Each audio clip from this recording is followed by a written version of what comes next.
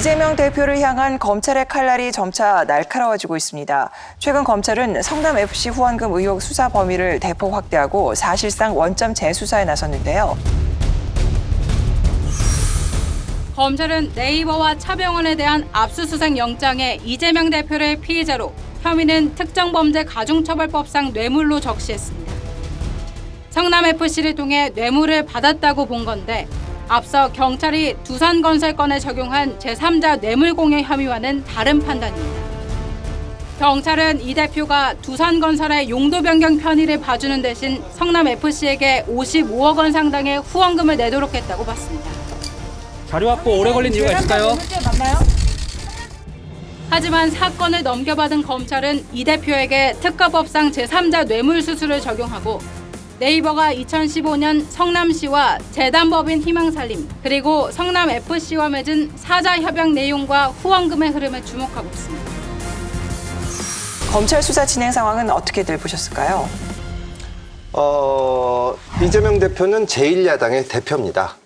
그런 사람을 검사가 영장의 피의자로 적시했다가 나중에 무혐의가 되면 그 문제가 될 수가 있어요. 왜냐하면 혐의가 확실하지도 않은데도 그렇게 했다는 게 오히려 문제가 되기 때문에 영장에 기재를 했다는 거는 적어도 주인 검사나 그 결재 라인에서는 기소를 상당히 염두에 두고 있다고 봐야 됩니다. 그리고 아마 민주당에 계신 분들도 마음속으로는 뭐 이게 옳고 그르고를 떠나서 이 중에 상당수는 최소한 기소는 될 거다.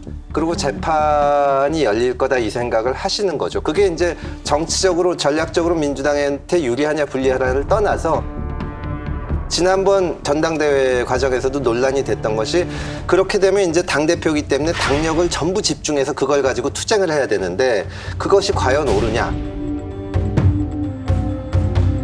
이런 얘기가 나왔던 건데 어쨌든 현재까지 수사 진행 상황이나 이런 것을 보면 뭐 대장동 문제나 백현동 문제나 이런 것들 중에 상당수가 기소될 것으로 예측하는 것이 좀 합리적이고 상황은 점점 예상대로 가고 있죠. 뭐 아까 말씀하신 중에 네. 이재명 대표의 지금 수사권에 대해서 민주당이 당력을 쏟아서 뭐 방어한다. 이거는 뭐 그런 일이 있어서도 안 되고 있지도 않을 거라고 생각됩니다. 왜냐하면 이재명 대표의 의혹권은 본인이 풀어야 될 문제고 당이 여기에 뭐 보호를 한다든가 비호한다든가 이런 순간 당은 그대로 혼탁해지고 오염된다고 저는 생각합니다. 왜냐하면 당내에서도 이래서는 안 된다라고 하는 그런 움직임이 있기 때문에 다만 지금은 무죄 추정의 원칙상 어떻다 저떻다를 할 수가 없지 않습니까? 수사를 받는다는 것 또는 수사에 사법적 의혹을 받는다는 것만으로 낙인 찍기를 할 수는 없는 거니까 그러나 일단은 무죄 추정의 원칙에 따라서 수사 과정을 지켜보고는 있습니다. 그러나 그거를 결부해서 당이 뭐 하겠다라는 건 있어서는 안 되고 그러면 그건 뭐 더불어민주당은 망하는 길이죠.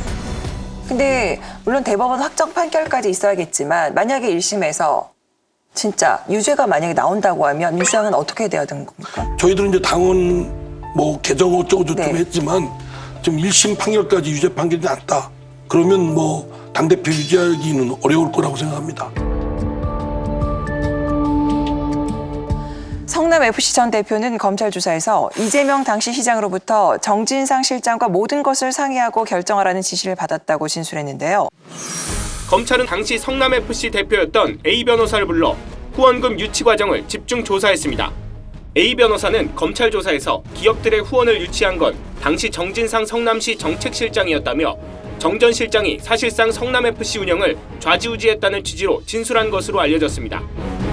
정 전 실장은 이재명 대표 변호사 사무실에서 사무장으로 일했고 성남시와 경기도에서 잇따라 정책실장을 지낸 이 대표의 핵심 측근으로 분류됩니다. 현재는 이 대표의 정무조정실장을 맡고 있습니다.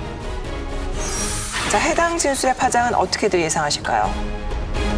이재명은 성남팀이고 네. 거기에 이제 실세가 정진상 실장이라는 거는 뭐 이젠 알만한 사람들 다 아는 거죠. 윤석열 대통령은 지금도 검찰총장일 때 인맥들을 사실상 자기 주변에 가장 가깝게 포진시키고 있는 거 아닙니까? 자고로 대한민국을 경영하는데 두 축이 하나는 대통령이고 하나는 제1야당 대표인데 왜 이렇게 그라운드가 좁아요? 아니 이재명 대표는 지금 언제적 성남시장인데 아직도 난 정진상이라는 사람이 우리가 그 실체를 모르잖아요. 그냥 사진 하나 안 나오는 사람 아닙니까? 그 사람이 거기에 깊이 관여해서 성남FC와 관련된 얘기들은 정진상이가 다 통한다. 뜬 소문 같은 얘기든 실제적인 얘기든 지금까지도 그렇게 얘기가 되는 거 보면은 그건 실체가 있는 거거든요.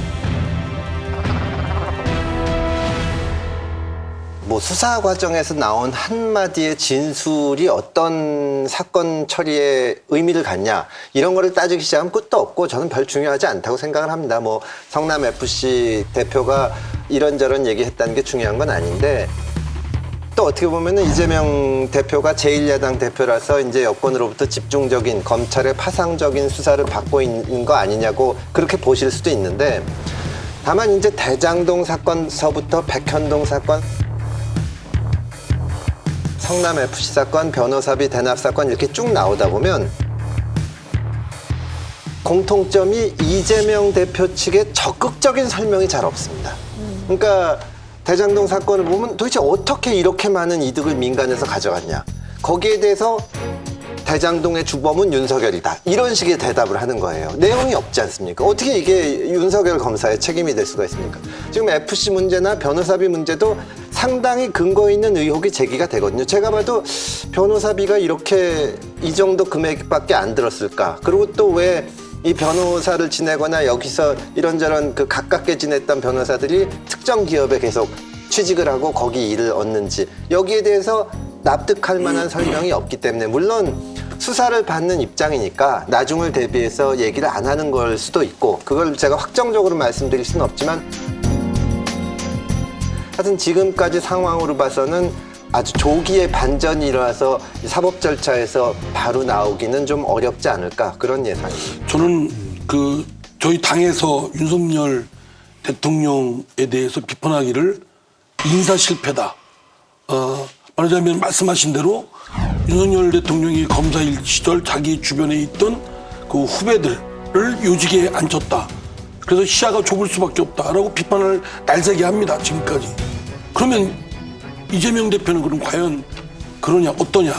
그 성남시장일 때 자기 측근이라고 하는 정진상, 정보 아무개를 주요 요직에 앉혔습니다. 어쩌면 사법적 의혹을 받고 있는 주요 거론되는 인물이기 때문에 웬만한 평상심을 갖고 있는 감각이라면 좀 거리두기를 해야 되는 거 아니겠습니까? 본인이 개인이 아니고 공당의 당대표로서 본인이 문제가 아니고 당의 문제까지도 피해를 주기 때문에 중용을 하는 데 있어서는 굉장히 좀 신중을 기법하고 특히 말이 많은 분은 멀리해야 되는데 어느 날 갑자기 무슨 주요 당대표 직책에 앉혔어요. 그걸 보고 참 큰일 났다는 생각이 들었습니다. 결국 뭐 더불어민주당한테 검은 먹구름이 밀려오는 거 아니냐 이런 우려를 합니다. 민주당도 내부적으로 보면 리더십의 위기 아니겠습니까? 네. 지금 대통령 윤석열 정부도 제가 볼 때는 점잖게 얘기해서 리더십의 위기죠. 뭐 그게 아마추어가 됐든 더 타임즈에서 얘기했던 것처럼 기본이 안 된 사람이 됐든 여야 할 것 없이 다 양축에서 뭔가 기본이 안 돌아가고 제대로 안 돌아가는 이 옴팡진 상황을 뒤집어 쓰는 거는 꼼짝 못하고 국민들이거든요. 여기에 대해서 저는 여야 국회의원들이 이번 국감 동안에도 그렇고 정말 전체적인 대국민 반성들을 하셔야 된다고 봐요. 진짜 민생은 국민들을 편하게 해주는 거죠. 저는 윤석열 대통령도 어린이집도 가고 참사 현장들 많이 가고 하시는데 국민들 속을 좀 편하게 국민들이 미래를 볼 수 있게끔 해주는 게 그게 저는 대통령이 할 일이고 제1야당 대표가 할 일이라고 보는 거죠. 그런 면에서는 둘 다 낙제점이죠. 예, 오르신 말씀입니다.